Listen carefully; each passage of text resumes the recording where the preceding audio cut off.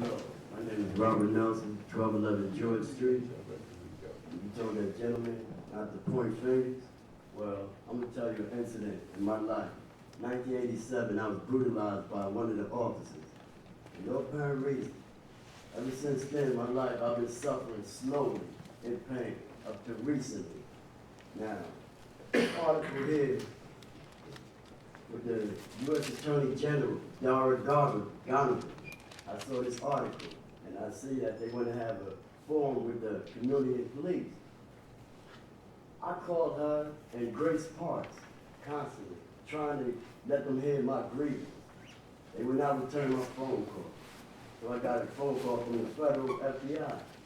Had a meeting with me. I met them at Dunkin' Donuts on Front Street. They told me to stop calling Mrs. Donovan and Mrs. Parks. So I complied. So, and I used to be a member of the People Progress. You know, this is my article here, front page here. But this right here is a whole list of people I tried to help me with this situation with the police, constant harassment, taking my property. And up to just recently, I tried to meet with you, Mr. Riley? Yes, sir. I didn't receive a call from you. I have it right here documented, sir, when I tried to meet with you 2 times, but you did not. And then when I got locked up, I was in the booth and I see you coming, I called you, I saw you, sir. But Sir. you never acknowledged me. But never mind. Please But address the then, council. the previous mayor, Mrs. Sharon Briggs, I used to go to meet with her to tell her about the situation and about the people in the community, like how the people in fear for the police. And I tried to meet with you, Mr. Matt. You would not meet with me either. Mr. Mayor Matt, pardon me.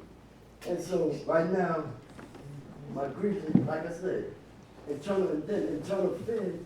The last time I was allowed in internal affairs was with Mr. Turner. So I haven't been allowed. They denied me going up there till just recently because I had somebody come with me. And then I have a sir here, Mr. Ismial, Salaam. Yes, I was just talking to him about the situation. And like I said, I've been suffering and used to go to court, used to get lawyers to come up. Now that through hardship, you can't even find a lawyer, especially go against the police. So I was wondering, like, this whole article was like, you was going to let the community know when we was going to have this meeting. Y'all had it last meeting. And I see that y'all had an undecided vote with the city council and Mr. Mayor wanted to, I guess, disavow the whole thing. But it's needed. It's needed, because just like the lady here said, what happened back then with Mr. Gleason, Officer Gleason, the atmosphere is set right now. It's on fire. It's getting hot. It's very dangerous. Just this morning I was walking. I saw a guy run. He pulled up in front of me, reached in his car, opened the door, pulled up. I know he had a gun. But I looked him right in his face and I don't have no fear. And I just looked at him and he just cowardly rolled off. But down 3rd Street, Plaza Clinton Avenue is very dangerous. No police presence. But yet I get harassed and I get charges that already been adjudicated, already handled. I got charged right now. And I got my brother discovered. The charge that they got on me is for my brother discovered. But I'm about to handle this. But the people and the police need to be together for justice' sake. Ain't nobody against it. Without order is chaos. That's right. Jesus. And like I said, I reached out to you, Mr. Riley. You can deny it all you want. And you too, Mr. Matt. Be a man.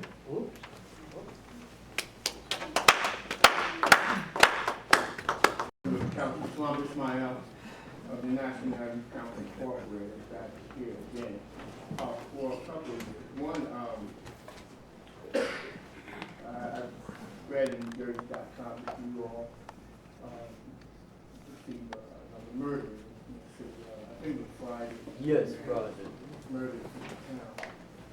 Thursday, I went before the Union County Freeholder to present a proposal which basically came from our state commission of violence, urging the county freeholders to establish established a division on violence prevention and intervention, and they are now considering that. In that, it will involve all criminal municipalities to engage in that particular department and developing it. And I'll be coming back to your city and many other cities to talk more about that.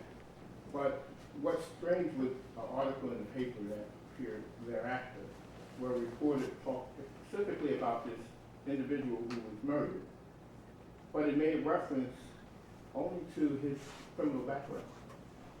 And I put it on my Facebook, and I got a lot of hits, disappointing hits. And they said, almost as if black lives don't matter. And I just wanted to, reassure you that that gentleman that died on your city street last week doesn't matter, irregardless of his past. That's right. When a person dies in the city, it's reflective of the entire community. And Yes, that's right. Yes. when a black man dies, which is happening across this nation, we should all raise eyebrows and concerns because it impacts us. Yes, sir. In some cases, we value the community, it's shocking to the nerves. Yeah. And some of you here may not understand, but it's our people. And as long as the person that dies in the community that I am responsible to, I will continue to speak out and make sure that lives matter. Yeah. In other matters, the issue of the resolution that Councilwoman Taylor has put before you, I hope you are really seriously considering it, because I think it will benefit your municipality a good deal. We need officers to have a relationship in this town. Yeah. I've led a number of marches with some of the national leaders who were very shocking. I remember one time we marched on your mayor's barbershop because of police shooting, police abuse in the city, right, in the 90s. Yeah. Haven't done that in a while because things have gotten better. I do agree that there's something brewing in this town Yeah. that we really need to pay attention to. I have folks that's working in the city that represent our organization, and we're examining stuff on the street level. We'll be eventually hopefully to have a meeting, ask for a meeting with the director to talk about those things. It's important, irregardless of political aisle, that we take this policing matter very seriously. Yes, sir. Yeah. We don't have to wait for people to put out blogs talking about what happened in the 60s and what happened. This is 2016. And our community, my community in particular, the African American black community, is at a real cloudy point now in America. It's ticking, sir. It's ticking. And we're going to lose our black president and everything that comes with it. So we have to really be on our toes, moving ahead. If we're not, we're going to see some times that we've never seen before. That's right. With Trump and people like that, it doesn't tell. So I'm just saying to you, and I feel like I close, that we really take a look at what's going to be for the benefit of the people, not for our political ambitions. Thank you very much.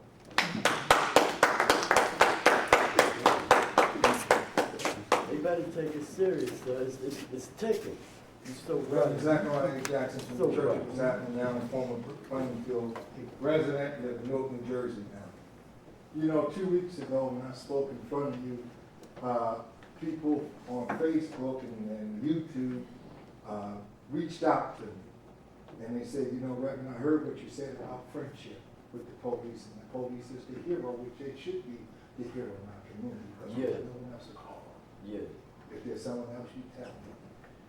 But you hear the atmosphere. You know, the young man here spoke about the woman's situation, and he referenced slavery. You know, no matter how high I rise, if you mention slavery, I feel something. I feel something. I say, you know, maybe we're talking about, people that look like me. But the truth is that if I go around the world, go back to 1809, when my great-great-grandfather was slave, I probably find his great-great-grandfather to be a slave too, where they come from. But not putting anything against him. But the idea in America, I am the face of slavery.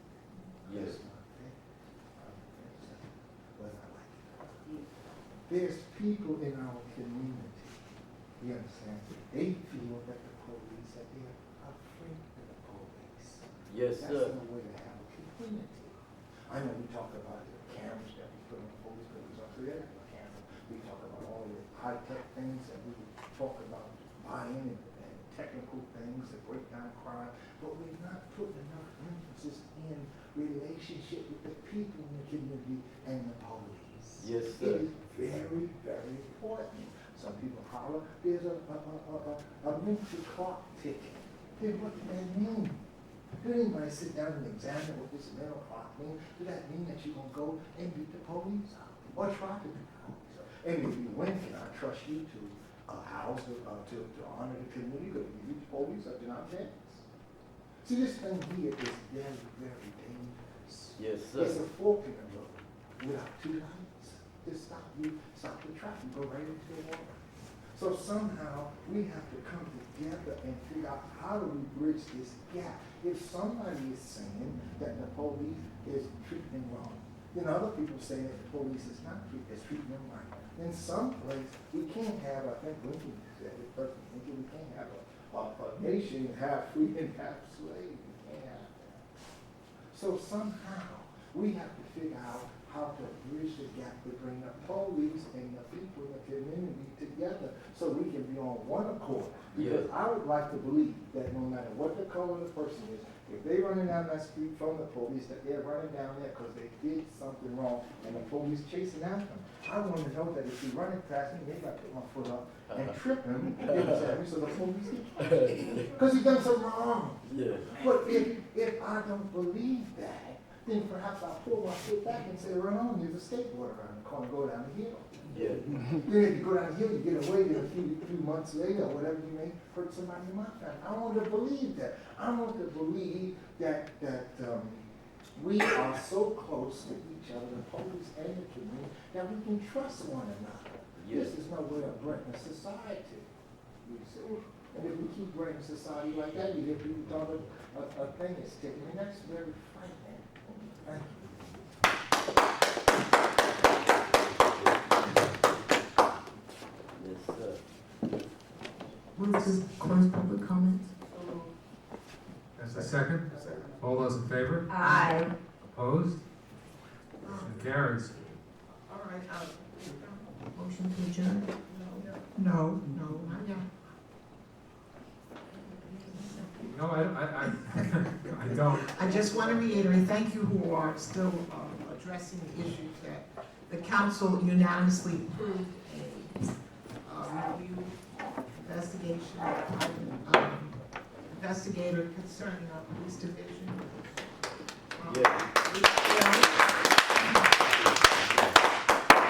I just want to say publicly, we have put together a resolution, meet to the one that was passed a couple of weeks ago. If there is some whatever I want to call it, with reference to my colleagues trying to make it not happen, slow the process, I'm going to tell you. And then if they don't want to do it, not they, those who are involved with this administration, who have something to fear, I don't know why, because there should be nothing to fear. We're all trying to work for the good of Plainfield. I'm just saying this, because I have to be open and honest. I'm gonna follow through. We had some difficulties. We'll try to put it on for the agenda in May. Now, if my colleague or my president gives me a hard time, I'm coming back to y'all. Okay? I'm serious. Because we are not going to, and I mentioned that's what got me in trouble with the family, the Gleason family, and someone was so nasty to tell them something so heartbreaking about my comments. My comments were never meant to hurt anyone. It is to help us look to see what's going on in Plainfield. It is not just because of Kenny Reed, as I was told. It is because there are issues that we have been looking at as a council. I have asked several questions. Why we have to keep paying upper echelons in the police department who break the law and police officers sue us. This should not be happening. And nothing is said about them. But when a favorite son like Mr. Reed, who has a 30-year wonderful reputation, he gets dealt with in such a severe manner. Something is wrong. If this council and other folk don't want to listen, we'll go to another level. You That's know what right. I mean? I will go to another level. I'm not going to sit here. And I do believe my colleagues we're in agreement. There may be some folk who have political agendas. This is not about politics. Believe me, I was here during that time that we don't want to talk about, which was so bad in the 60s, and during the rebellion. I don't want to ever have to experience that again. But guess what? If we put our heads in the sands as elected officials, the council has the responsibility to investigate. We're not going to do it. We're going to get an outside investigator with a group of citizens who are part of our citizenry and nonprofit organizations who are already working to investigate this for the good of the whole and bring that information back to this council. Right. We will move. We are not the only city that is doing that. One of my colleagues even mentioned to me that Bridgewater is looking into the same matter. This is not about killing police officers, believe me. No. This is about making us a better city. And yes, increasing community policing. That is a priority. I have said this since I've been on the council, and it's not happening. I want to say, lastly, to Director Riley, you are a wonderful professional. I really like you for that. And you are taking this personal, and I pray that you will get over it. Because this stuff happened before you even got here. You may be perpetuating it, I don't know. But it's not about you. You are not a villain. I see the work that you're doing and how you respond to us. And so I do truly appreciate you. But this is not about you. Right. And so we've got to listen to the needs of our people. And yes, I'm talking about those who have been dealt with reference to the police situation, but also to the police themselves. It bothers me when I see these gentlemen, many of them men of color, who were moved up to captain, almost lieutenant, almost to captain, and they get knocked out. Yeah. We have no black captains Wow. nowhere in this police division. Something's I have a wrong. problem with that. Something's wrong. Now let me just say this. I am not accusing anybody, but something is not right. That's right. Okay? And we've already discussed this, but I just want you to know, we have put together a resolution, we're looking at an independent counsel, and I'm going to bring this back before us when all the I's are dotted and the T's are crossed, so we can do this in the most equitable, fair way, not for politicians, including me, because I'm not running, but for the citizens of Plainfield. And the police officers and non-police staff members should not be fearful or worried that we're going to be holding them accountable. That's why you do it an independent counsel. So it's not about Warrior Taylor's friends or MAP's friends. This is about doing what's best for the citizens. Yeah. And that's the way you do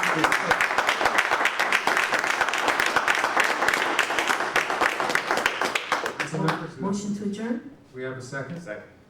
All those in favor? Aye. Aye, opposed? Adjourned. Thank you all.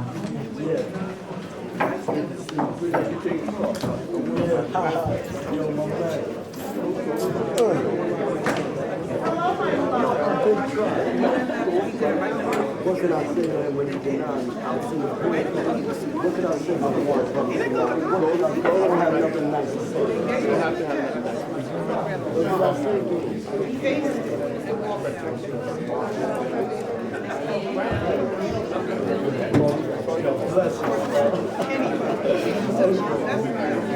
Good to see you. Good to see you, man. How you?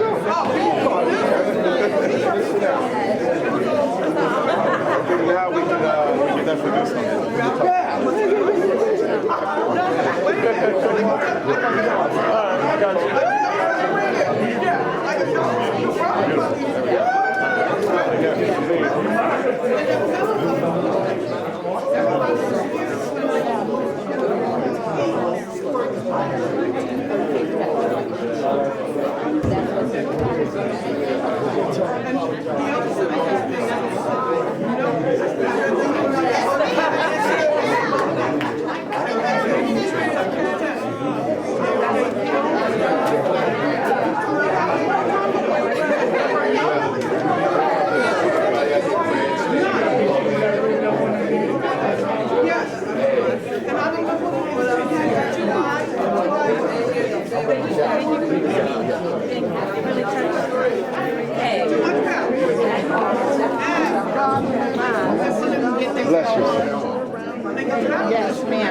don't know.